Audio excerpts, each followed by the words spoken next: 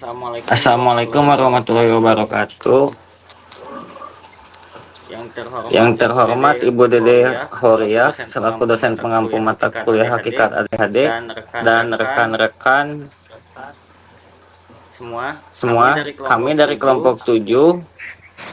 Sebelumnya izinkan saya memperkenalkan anggota kelompok kami. Saya sendiri Ahmad Damar sebagai moderator, dan rekan saya ada Nabila, Hani, dan Jaki.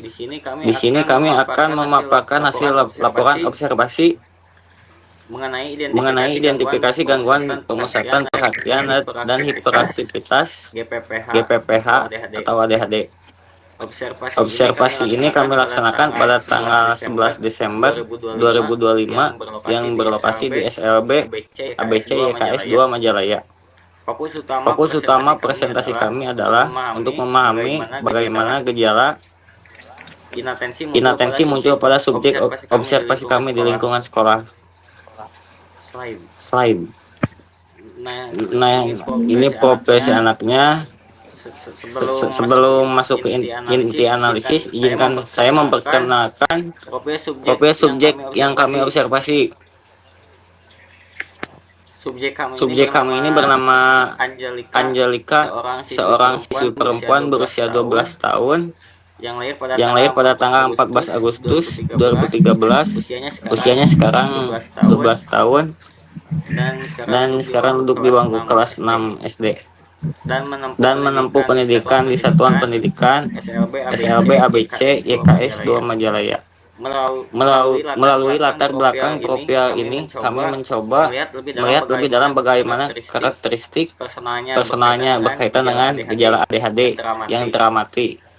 Nah, slide selanjutnya akan dilanjutkan oleh Nabila. Ini lain? Aku.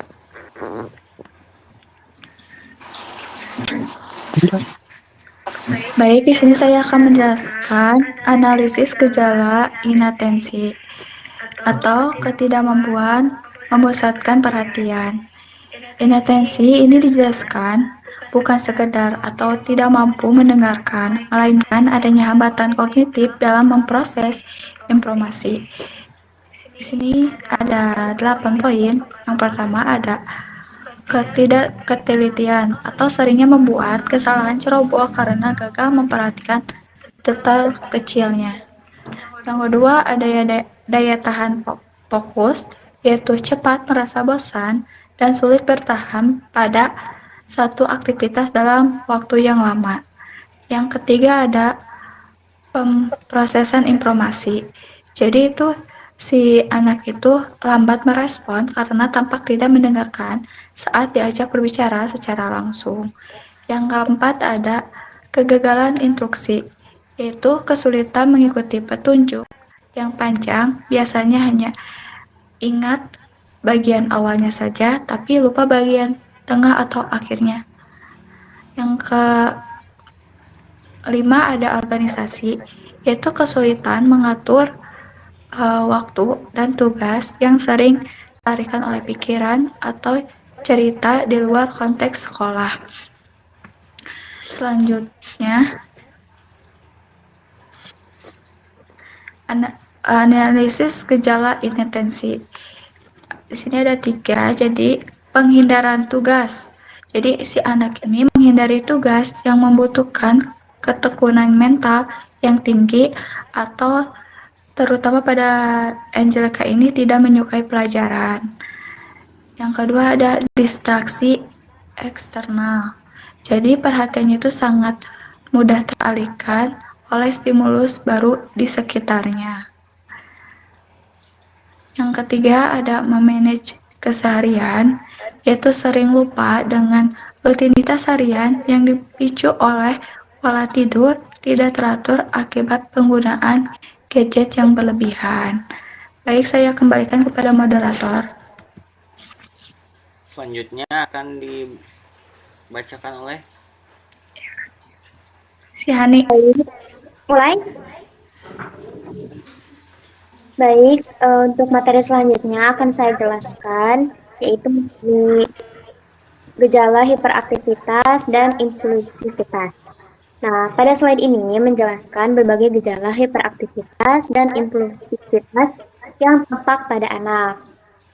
Pada aspek kontrol motorik, nah anak ini sering meninggalkan tempat duduk di kelas atau pada situasi formal lainnya, terutama ketika ia merasa bosan, yang menunjukkan kesulitan dalam mengenai gerakan tubuh sesuai aturan.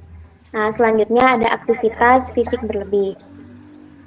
Nah, Angelica ini anaknya terkadang masih berlari atau memanjat secara berlebihan pada situasi tidak sesuai, sehingga perilaku tersebut terlihat kurang terkendali.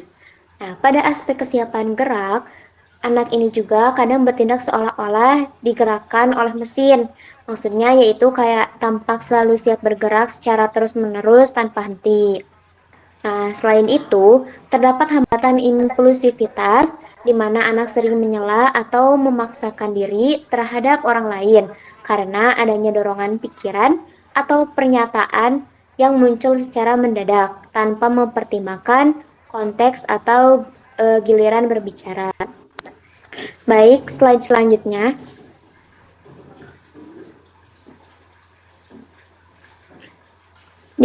Untuk slide selanjutnya yaitu ada perilaku komunikasi dan sosial. Nah, slide ini membahas tentang perilaku komunikasi dan sosial yang ditunjukkan oleh anak. Dari segi vokalisasi, anak sering berbicara secara berlebihan dan terkadang berteriak atau menirukan suara tertentu, seperti suara kucing, yang menunjukkan kesulitan dalam mengontrol ekspresi verbal. Nah, pada aspek respon terhadap pernyataan, anak ini juga kadang melontarkan jawaban secara prematur. Jadi sebelum pertanyaan selesai disampaikan, sehingga mencerminkan kekurangannya kemampuan menahan respons.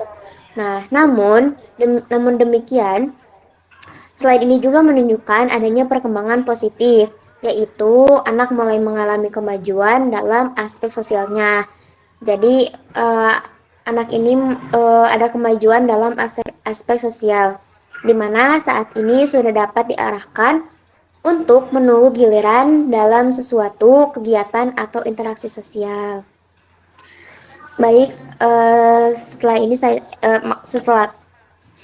selanjutnya akan saya kembalikan kepada moderator. Oke, slide selanjutnya akan dibacakan oleh Kang Jaki Ahmad. Baik, terima kasih kepada moderator. Saya di sini akan menjelaskan slide selanjutnya. Evaluasi berdasarkan kriteria klinis DSM-5. Yang pertama ada terdapat pola intensi dan hiperaktivitas, impulsivitas yang menetap dan yang mengganggu fungsi perkembangan.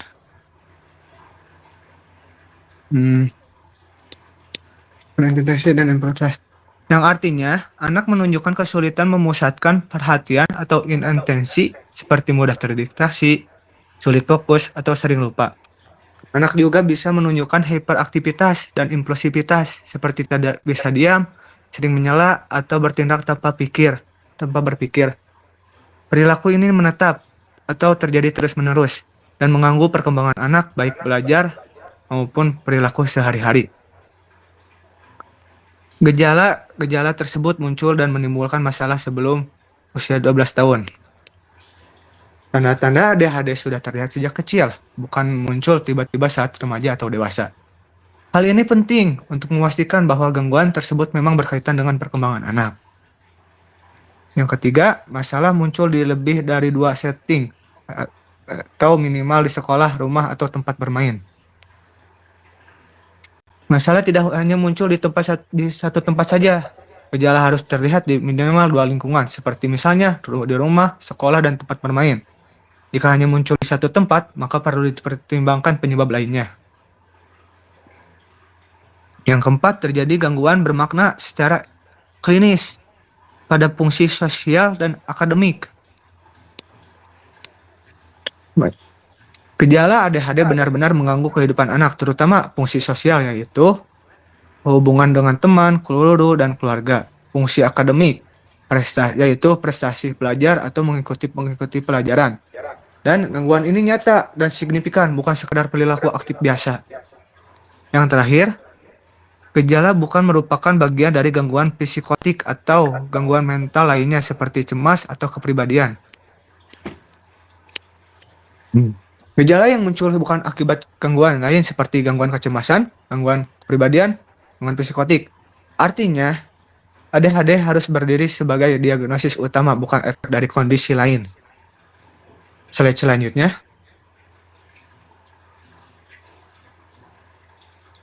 Selanjutnya, rekomendasi tindak lanjut. Proses 1. Manajemen gawai. Anak perlu pendampingan orang tua dalam penggunaan HP atau gawai. Tujuannya apa? Membatasi screen time, menjaga pola tidur yang teratur. Kurang tidur dapat memperparah gejala hiperaktif dan sulit fokus. Yang kedua, proses 2, modifikasi instruksi.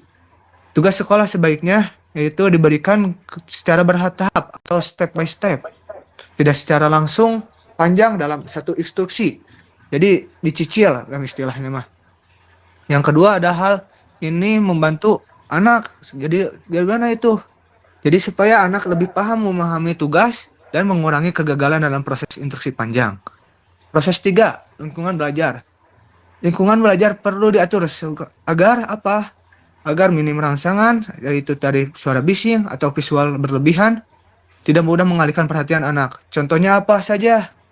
Tempat duduk dekat dengan guru, meja belajar yang rapi, suasana kelas yang kondusif. Proses 4, atau yang proses terakhir, anak perlu melanjutkan terapi yang sudah dijalani, misalnya terapi perilaku, terapi okupasi, konseling. Tujuannya apa sih? Meningkatkan kemampuan adaptasi sosial dan membantu anak mengelola emosi dan perilaku. Sekian dari saya kembalikan kepada moderator.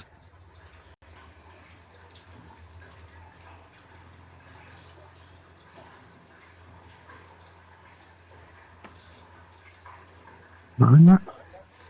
Slide Nabila.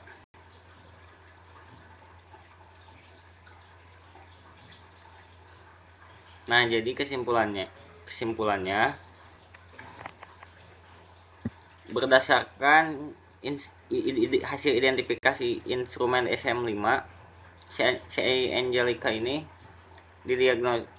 teridentifikasi mengalami GPPH atau ADHD tipe kombinasi yang menghambat fungsi akademik dan sosialnya.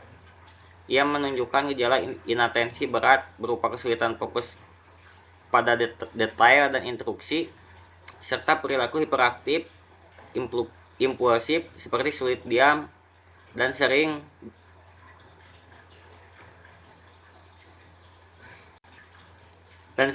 menyela pembicaraan. Karena gejala ini menetap di lingkungan rumah maupun di sekolah, sangat krusial untuk melanjutkan terapi serta menerapkan modifikasi pembelajaran berupa instruksi sederhana dan lingkungan belajar yang minim distraksi di SLB, ABC, YKS 2.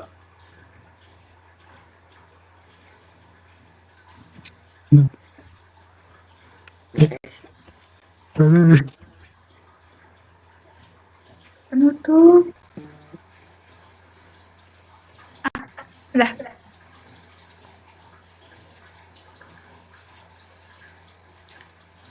Sekian presentasi dari kami dari kelompok 7. Wassalamualaikum warahmatullahi wabarakatuh. Dah.